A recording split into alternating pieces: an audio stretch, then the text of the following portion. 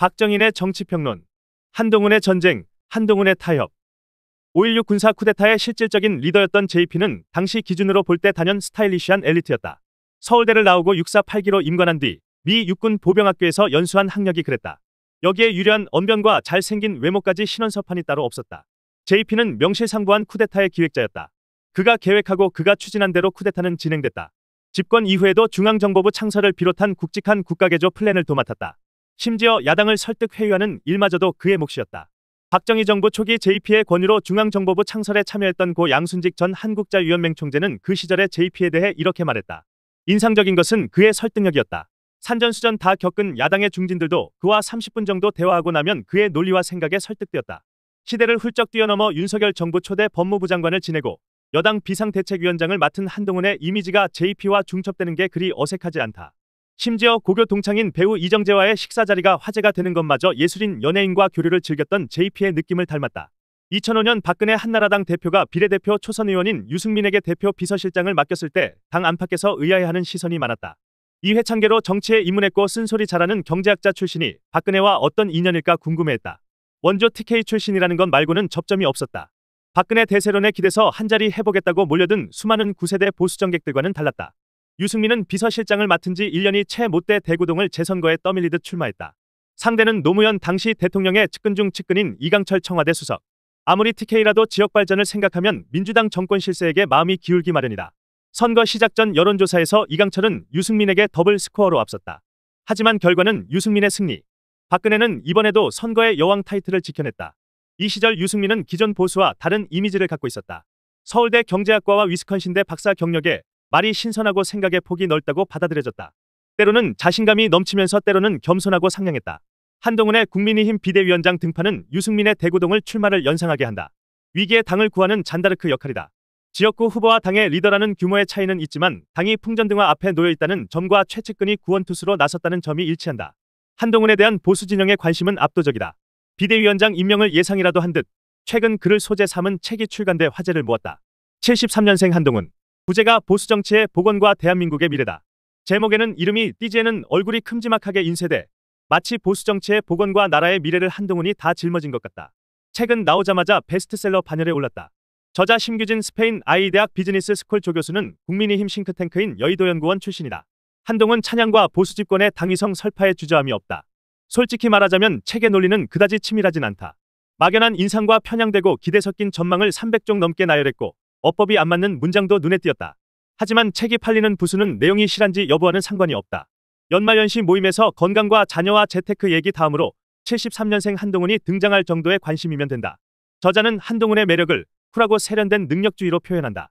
기성 정치권의 지역주의, 파벌주의, 586 기득권, 부정부패, 논리 없이 수사만 가득한 화법 같은 것들과 대척점에 서 있다고 주장한다. 5.16의 JP나 정치 초년 시절 유승민과 비슷한 이미지다. 이 책의 주장에 동의할 수 없는 결정적인 이유가 능력주의에 대한 분석에 있다. 저자는 한동훈의 능력주의와 같은 흐름에 이재명의 능력주의를 배치한다. 이재명도 스스로 쌓은 실력으로 기존 정치 질서를 깨려 한다는 점에서 능력주의 요소를 갖췄다는 것이다. 하지만 저자는 이재명의 능력주의를 싸구려 능력주의라고 폄하한다.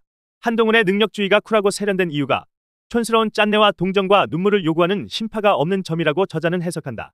노무현, 이명박, 이재명식의 자수성가 스토리가 없고 유복한 환경에서 반듯한 매너를 체화한 듯 보이는 배경이 돋보인다는 뜻이다. 여야 진영을 떠나 이런 식의 가치관은 곤란하다.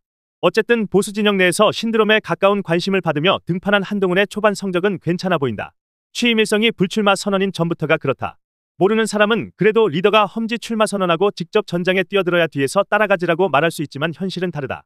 원외 비대위원장은 당이 선거에서 지면 그날로 짐 싸서 떠나야 한다. 정치 기반이 없는 한동훈 입장에서는 더욱 그렇다. 자기가 총선을 지휘하면서 출마하지 않겠다는 건 그나마 비좁은 퇴로를 스스로 불사르겠다는 뜻이다. 이기는 것만이 살 길이다. 사직생을 선택한 만큼 후보 공천의 잣대를 더욱 엄격하게 다룰 수 있게 됐다. 불출마 선언에 더해 초반 성적을 올리는 데 도움이 된 부분은 크게 두 가지였다. 우선은 취임 입장 발표의 톤과 색깔이다. 집권 여당보다는 야당의 비대위원장 취임 연설에 가까웠다. 시작부터 중대범죄자인 이재명 대표와 개딸 전체주의 세력 그리고 운동권 특권 세력과의 싸움에서 이기겠다는 투지를 불태웠다. 집권 여당의 고전적인 무기인 방패를 버리고 창을 들겠다는 선언이다. 보수 진영을 향해 지금이 한가하게 성을 지킬 때가 아니라 성 밖에서 공격해 들어가야 할 처지라는 경고다. 다른 한편으로는 총선이 정의의 전쟁이라는 점을 분명히 하겠다는 의도다. 야당 대표를 중대범죄자로 규정한 만큼 총선은 여와 야의 경쟁이 아니라 정의와 불의의 싸움이 돼버렸다. 더구나 아무리 야당 대표의 지지자라도 유권자들을 전체주의 세력으로 몰아세운 건 관례를 여러 단계 깬 공격이다. 말이 간결하고 지향점이 분명하면 공감도가 높아진다. 진보 진영 인사들의 이른바 사이다 발언에 비교되던 보수 인사들의 논점 흐린 발언들과는 확연히 다르다. 또 다른 성공 요인은 타겟을 구체적으로 적시하고 이들을 겨냥한 맞춤형 전략을 내세운 점이다. 첫째, 건전한 경쟁을 보장하겠다. 조국 사태로 드러난 진보 귀족의 이중성을 겨냥한 전략이다. 둘째, 모든 특권을 배제하겠다. 국회의원 불체포 특권을 포기하겠다는 사람만 공천하겠다. 이재명 대표와 586을 겨냥한 약속이다. 연설을 들어보면 국민의힘이 상대할 적은 민주당 전체가 아니라 이재명 대표와 586 운동권으로 좁혀져 있다. 비명계를 굳이 적에 포함시키지 않음으로써 소모전을 피하고 중도층의 좌양자 결집을 막으려는 의도가 읽힌다. 이 점은 윤석열 정부 출범 초기 이재명 대표와 문재인 전 대통령 양측을 적으로 삼아 전선을 확대시킨 실수에서 배운 것 아닌가 싶다. 한동훈의 전략은 민주당에게 부담이다. 김건희 특검법을 앞세워 파상 공세를 펴려는데 방어 대신 역공에 나서겠다니 전선을 유지하기가 쉽지 않다. 죄송합니다. 다시는 안 그러겠습니다를 기대했는데 당신들은 더 하자나가 나온 셈이다. 물론 한동훈의 국민의힘이 대세를 잡았다고 보기는 어렵다. 선거구도는 여전히 민주당에게 유리하다. 대통령 부인이 디올백을 거리낌 없이 받은 게 동영상으로 찍혔는데 함정 취재에 당했다고 면죄부를 줄 유권자는 흔치 않다. 경제는 총선까지 내리막길이 예상된다. 대통령 지지율은 조금 나아졌다고 해봐야 30% 후반에서 40% 초반을 오르내리고 있다. 이준석은 결국 당을 나가 다른 길을 선택했다. 악조건 속에서 한동훈이 당을 총선 승리로 이끌기 위해서는 쿨하고 세련된 능력주의 이상의 무언가가 필요하다. 하필이면 그 무엇이 평생 검사 출신, 심지어 엘리트 특수부 검사 출신 비대위원장에게 기대하기 가장 어려운 조건이라는 게 아이러니다. 바로 타협이다. 선거를 앞두고 모든 당은 쇄신을 외친다. 젊은 피를 수혈하고 당을 새롭게 정비하고 국민의 뜻과 거리가 있는 인물은 과감히 쳐내겠다고 약속한다. 하지만 결국 선거가 끝날 때까지 당 지도부가 하는 일의 대부분은 타협이다. 득표력을 가진 개인 세력과 끊임없이 타협해야 한다. 말로는 쇄신을 외치면서 부패한 인물을 공천해야 할 때가 있고 젊은 피를 강조하면서 오선 원로에게 꽃길을 열어줘야 할 때도 있다. 한동훈도 타협을 피하기는 어렵다. 문제는 한동훈에게 타협이란 스스로를 겨누는 비수가 될 수 있다는 사실이다. 쿨하고 세련되게 주장했던 모든 것들에 반하는 타협을 할 때 그의 리더십과 인기는 무너질 수 있다. 민주당 지도부는 이 점을 집중적으로 파고들 것이다. 한동훈에게 우호적인 언론도 한동훈의 일거수일투족을 주시하다. 말과 행동 사이에 간극이 발견되면 곧바로 비판할 게 분명하다. 권력자의 최측근 계보에서 한동훈의 대선배인 JP는 타협을 택했다. 권력의 2인자가 됐지만 끊임없이 자기를 향해 조여드는 권력의 압박에 질렸기 때문일 것이다. 목숨 걸고 쿠데타를 주도한 인물이 타협을 선택하기란 쉽지 않았을지 모른다. 하지만 그는 박정희의 유신과 타협했고 신군부와 타협했고 YSDJ와 타협했다. 타협했다 쫓겨나기를 반복하면서도 다시 타협한 덕에 평생 1인지하 만인지상의 지위를 누렸다. 또 다른 권력자의 최측근 유승민은 대통령과의 타협에 약했다.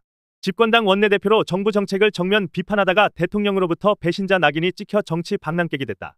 탄핵 이후 바른정당을 거쳐 당에 다시 복귀하고서도 여전히 배신자 프레임에서 자유롭지 못하다. 정치에서 신념을 지키려고 타협하지 않는 대가는 혹독하다. 타협한 JP가 옳았을까? 타협하지 않은 유승민이 옳았을까? 알 수 없는 일이다.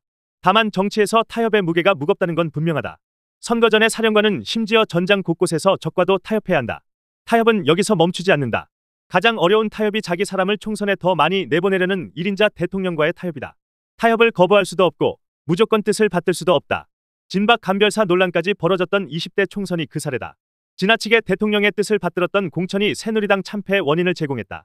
이 부분이 한동훈에게 가장 이목이 집중되는 포인트일 것이다. 한동훈은 평생 싸워서 이겼다.